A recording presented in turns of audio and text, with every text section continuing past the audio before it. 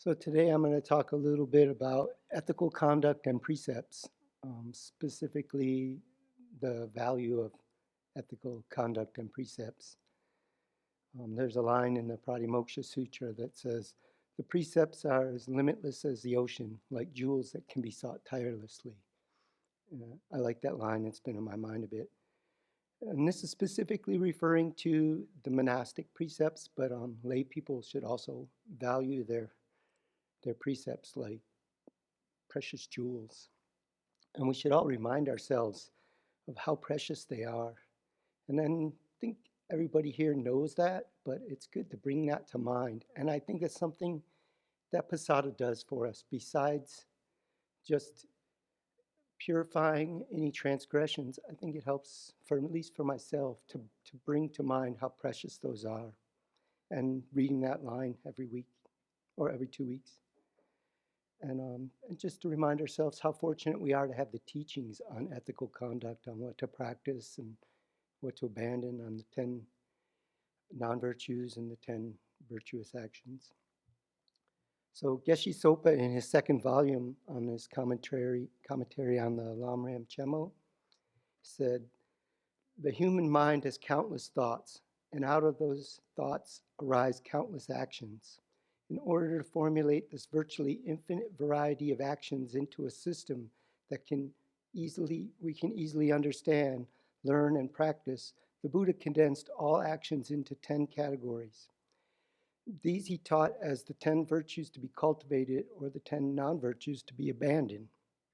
And if you have a basic understanding of these 10 actions and their results, then you can begin to practice. Although all physical, verbal, and mental actions have been condensed into these 10 karmic paths, it does not mean that every conceivable action is subsumed by these 10. The Buddha has taught the most important types of actions, the most powerful ones, the ones that most easily occur, and those that bring the heaviest results. And he has established them as the 10 karmic paths that need to be considered. In this sense, this grouping is not exhaustive. But in order to practice ethical conduct successfully, we need to recognize these 10, learn the details of their karmic consequences, and then apply this knowledge to our daily lives. If you train yourself to keep away from these 10, other negative actions will naturally be avoided." So the specific details of karma are extremely hidden phenomena, known only to fully awakened Buddha. And what we need to know is what to practice, what to abandon, and why we are even concerned with karma. And what the Buddha has taught covers all of this. So which actions are labeled virtuous and which are labeled non-virtuous is not set arbitrarily, but is based on the results of those actions. The Buddha, out of great compassion, taught what actions we need to abandon to avoid creating the causes for suffering, and what we need to practice to create the causes for happiness. And that is, the Buddha was saying that by committing non-virtuous actions, such as killing, stealing, unwise sexual conduct, and so on, a person creates the causes to suffer greatly in future unfortunate rebirths, in harsh environments, meeting with painful situations, and developing habits of non-virtue, which lead to more of the above. So out of compassion, wanting us to avoid such suffering, the Buddha taught what to abandon in order to protect us. So these non-virtuous actions of killing, stealing, and so forth also create suffering for others now or in the future, in a more immediate future. So if one is a bodhisattva and is continuously concerned with the welfare of others, one would naturally avoid harming others, and so would easily avoid these non-virtues. That is one of the many great benefits of spontaneous bodhicitta. It protects one from the selfish tendencies that lead to actions that lead to great suffering. Wonderful. Thing is, though, I do not have spontaneous bodhicitta. I do practice generating contrived bodhicitta, and that's a very valuable thing, and it does help to steer me away from harmful actions sometimes. But it tends to evaporate when I need it the most, which is when I'm under the power of strong afflictions. And that's why we need precepts and teachings on what to practice and what to abandon, because they, because sentient beings are overwhelmed by afflictions commonly and think selfishly and act selfishly. And that leads to harmful actions. As Venerable Chodron often tells us, if we could keep them purely, we wouldn't need the precepts.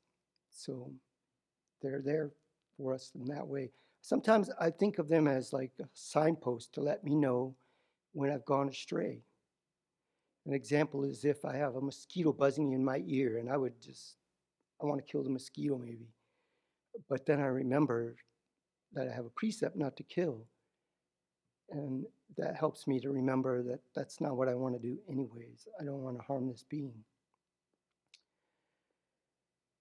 And without any teachings on the negativities of killing, one might think it's fine to kill a mosquito. And without a precept, even if you have teachings on that, you might figure out a way to rationalize just this little bug and it's buzzing in my ear and trying to bite me. So in that way, the precepts are like guideposts. If we're starting to do a certain action, they tell us that you've gone off path. That's not an action that's within the bounds of good ethical conduct. But recently, I've been thinking of the precepts like guardrails in a way. Some years back, I was in a car accident where somebody bumped into our car, slammed into us, and we hit a guardrail. And we're going along on two wheels up against the guardrail. And then we flop back down on four wheels, safe and sound mostly. But without that guardrail, we would have went 30 to 40 feet down onto the train tracks in a tumble. So to quote Shantideva, if I need to be careful near a small, ordinary precipice, then how much more so near the one of long duration that drops for 1,000 miles. And Shantideva is, of course, referring to the great suffering of the lower realms. This is how the precepts are like a guardrail. They keep us from plummeting into the lower realms and other unfortunate situations. And I would guess that most of us probably do not have an accurate idea how horrible that could be. A bit more comically, though, I thought about the precepts as like this little rail that bowling alleys use to keep for little kids when I don't know if you've ever seen this. I went to a bowling alley with some friends for a kid's party, and they have these little rails that clamp down over the gutters and no gutter ball. I was beside myself with laughter because I learned to bowl as a little kid, and we didn't have that. Yeah. So the ball bounces off this rail, that rail, and it hits a bunch of pins, and the kids are having a great time. And it was a good tool to help them until they could learn to have the skill, develop the skill to bowl without the rails. And my point is that until we progress to the point of abandoning the tendencies towards harmful actions, the precepts guide us in our actions. They are like a training tool and are indispensable until we are free of afflictions, which I don't see happening for me for a very long time. And they can only protect us if we see their value and keep them as best as we can. And the same with the teachings. The teachings on karma can only protect us if we make a strong effort to understand them through study, reflection, meditation, and putting what we learn into practice.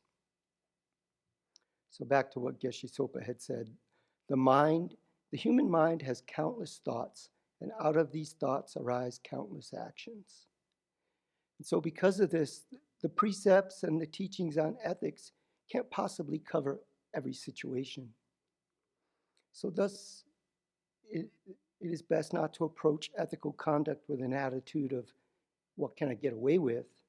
Rather, it is best to develop an understanding of the intent behind each precept, and work at developing such qualities as love, compassion towards all beings, consideration for others, and integrity. And in this way, our ethical conduct will not be a rigid legalistic attitude, but will be guided from our heart with a growing sense of what is beneficial. And this will keep us from bouncing off the rails.